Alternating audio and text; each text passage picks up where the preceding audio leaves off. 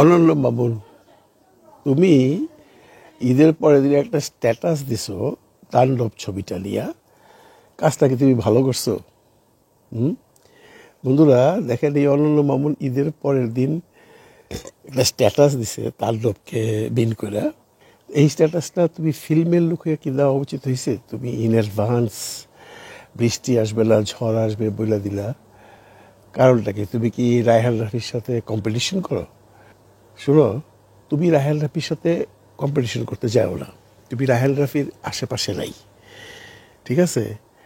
তুমি কি করতে পারো, সিনেমায় এসে কি কি করছো, কি তোমার অতীত, কয়টা হিট দিছো, কয়টা ফ্লপ দিছো, কোন ছবি কেমনে বানাইছো, কোথায় ছবি শুটিং করতে যেয়ে ধান্দাবাজি করে আদম করছো, সেখানে যে অ্যারেস্ট হইছো, এবং বিভিন্ন রকম শো কইরা কইরা, ইভেন্ট কইরা কইরা ওইখানে আদম পাচার করো। রায়হান রাফি তো এগুলো করে না। রায়হান রাফি তো সিনেমাই বানায়। তোমার নাম যে হাফ বিরিয়ানি দিয়েছিল আফসারি, একদম পারফেক্ট নাম ছিল। তুমি আসলে একটা হাফ বিরিয়ানি শালা। বেচারার ছবি রিলিজ করছে, ছবি মাত্র রিলিজ হইলো, এক দুই দিন গেল না, তুমি একটা স্ট্যাটাস দিয়ে দিলে। আবার ওইখানে যা দেখি কমেন্টসে যা লেখো, এটা ফিল্মের ভাষা, আপনারা বুঝবেন না, আমরা তো বুঝি তুমি কি মিন করতেছো। আরে মিয়া, তুমি তো রায়হান রাফির বালের সমানও হও নাই। ওর যে মাথার চুল আছে না, চুল একটা চুলের সমান হও নাই। রায়হান রাফি যা দেখাইতেছে, সেই পলান থেকে শুরু করে তারপরে এই আজ পর্যন্ত, তাণ্ডব পর্যন্ত, এর আশেপাশে তুমি আসো না? এর আশেপাশে তুমি থাকতে পারবা? জানো তুমি রায়হান রাফি এই ছবিতে কত টাকা রিমুনারেশন নিছে? 25 লক্ষ টাকা রিমুনারেশন নিছে। পাইছো কোনোদিন 25 লক্ষ টাকা কোনো ছবি করে? তোমার তো শাকিব খান চান্স দিছিল দুই দুইবার তোমার চান্স দিছে। সেই নবাব এলএলবির সময় চান্স দিছে, তারপরে এই লাস্ট ছবি দরদের চান্স দিছে। হ্যাঁ, কি ছিড়ছো তুমি? কি ছিড়ছো তুমি? বলো, তুমি বুকে হাত দেয়া বলো। তুমি এত বড় বড় সুযোগ পাইছো। শাকিব খানের সাথে ছবি করার জন্য বাংলাদেশের সমস্ত বড় বড় পরিচালকরা মুখিয়ে হয়ে বসে থাকে। সেখানে তুমি চামচামি করে হোক আর যেমনি হোক শাকিব খানকে পাইছিলা, দরদ ছবি করছিলা। এর আগে যখন শাকিব খান, আজকের শাকিব খান হয় নাই, তখন তুমি নবাব এলএলবি বানাইছিলা। নবাব এলএলবি বানাইয়া তুমি যে বাটপাড়িটা করছো, এই ধরনের বাটপাড়িটা সিনেমায় লাইনে কেউ কোনোদিন করছে বলো আমারে? রাফির কথা বাদই দিলাম, অন্য কেউ কোনোদিন করছে এই ধরনের বাটপাড়ি? ফিল্ম লাইনে আইসা অর্ধেক ছবি হল দেখবেন, অর্ধেক ছবি পরে দেখবেন।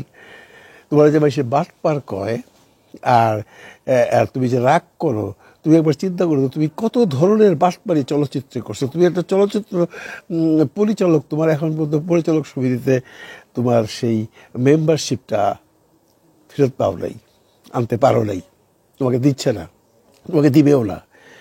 কারণ তুমি এক একবার এক এক সময় এক এক রকম কাণ্ডগুলা করো, যেগুলা অত্যন্ত লজ্জনীয়, অত্যন্ত ঘৃণিত, এবং নিজেকে তখন সিনেমার লোক বলতে ধিক্কার জানাইতে ইচ্ছা করে যে তুমি একটা সিনেমার লোক না, তুমি একটা বাজে লোক।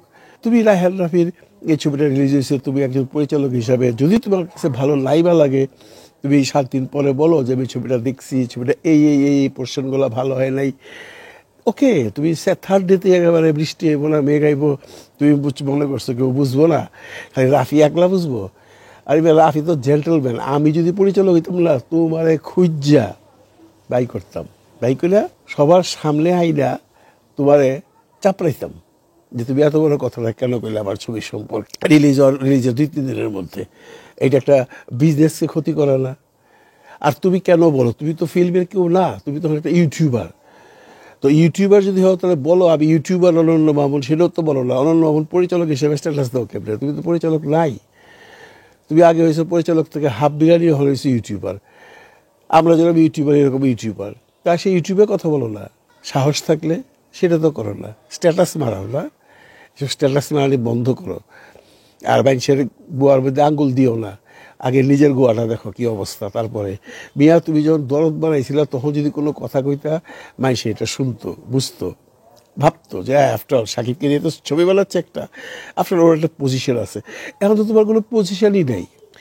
এখন তো ইন্ডাস্ট্রি যারা কাজ করে, যেমন রায়হান রাফি, হৃদয়, আরও যারা কাজ করতেছে, তাদের নিয়ে কথা বলবার কোনো অধিকার তোমার নাই। তাদের নিয়ে তুমি কন্টেন্ট বানাইতে পারো, কন্টেন্ট বানাও, ছবি দেখা রিভিউ দাও, বলো ভালো লাগে নাই, সেটা তো করো না। মিয়া এইসব বিটলামি ছাড়ো, বুঝছো? বেচারা কইরা খাইতেছে, তার মধ্যে কোনো অহংকার নাই, তার মধ্যে চাপাবাজি নাই, সে একটা নিজেকে খুব গুটায় রাখে, কোনো চাপাবাজি করে না। ছবি কেমন যাইতেছে না যাইতেছে তারা বুঝবো, পাবলিক বুঝবো। তুমি দেখছো? তুমি আগে দেখো, ও যা বানাইছে, আমি যা শুনছি, ওইটা বানাইতে তোমার আরো 20 বছর লাগবো। বুঝছো? ব্যবসা কি করলো সেটা পরে লাভ। সব ছবি ব্যবসা করতে এমন কোনো কথা নেই। কিছু কিছু ছবি ইতিহাস হয়ে থাকে, তার লোভ নাকি এরকম একটা ইতিহাস হয়ে থাকবে। যারা দেখছে এডুকেটেড পোলাপান, তোমার এডুকেশন কত তো জানি না, যারা ইউনিভার্সিটিতে পড়ে টরে এই সমস্ত ছেলেপেলের কথাবার্তা শুনো, দেখো কি বলে তাণ্ডব সম্পর্কে। ইউনিভার্স ছবি বলে, আর অনেকেই বলে ইউনিভার্সিটি ছবি। এই তোমার মতো লোক যারা বলে ইউনিভার্সিটি ছবি, বুঝছো? কারণ ঘটনা হচ্ছে যে চলচ্চিত্রে তো তুমি নাই, ইউটিউবার হিসেবে আইসা কন্টেন্ট তৈরি করো, ফেসবুকে স্ট্যাটাস দিবা না, স্ট্যাটাস দিয়ে কোনো পরিচালকের অসম্মান করবা না, সেটা রায়হান রাফি হোক, হৃদয় হোক, যে ইচ্ছা সেই হোক। This is not fair. আর একটা ছবির সম্পর্কে মন্তব্য করতে হলে, ছবির সম্বন্ধে স্পয়লার দিতে হলে, ছবির সম্পর্কে ছবির ক্ষতি করার কোনো ইন্টেনশন থাকলে সেইগুলা এইভাবে যদি করো না, তাহলে একদিন দেখবা গণপিটুনি খাইবা পাবলিকের কাছে। এই রাহেল রাফিরা হয়তো তোমার কিছু বলবে না, কিন্তু বহুত মানুষ আছে যে এগুলো পছন্দ করে না। তার ছবি সে রিলিজ করছে, তার ছবি পাবলিক দেখলে দেখবে, না দেখলে রিফিউজ করবে, ফ্লপ হলে ফ্লপ হবে, হিট হলে হিট হবে। তোমার আমার কি, তোমার আমার ছবি দেখে মন্তব্য করবার অধিকার আছে যে আমি ছবিটা দেখছি, আমার এইগুলো ভাল লাগছে বা এইগুলো ভাল লাগে নাই, বা ছবিটা দেখলাম, ছবিটা দেখার পর আমার কিছুই ভাল লাগে নাই, না গল্প, না মেকিং, না আর্টিস্ট, না শাকিব খান, কিছুই ভাল লাগে নাই। এটা কোনো ছবির জাতি হয় না। তোমার এমনি রাইট আছে বলার। কারণ আজকাল তো বাংলাদেশে প্রাইম মিনিস্টারেরও কথা কয়, প্রধান উপদেষ্টারেরও কথা কয়, উপদেষ্টারেরও কথা কয়, আইন উপদেষ্টারেরও মানুষের কথা কয়, কেউ তো কিছু কয় না। কারণ তোমার এমনি রাইট আছে বলার, সেইভাবে বলো। তুমি ইনডাইরেক্ট স্ট্যাটাস দেও কেন ফেসবুকে আইসা রাফির এগেনস্টে?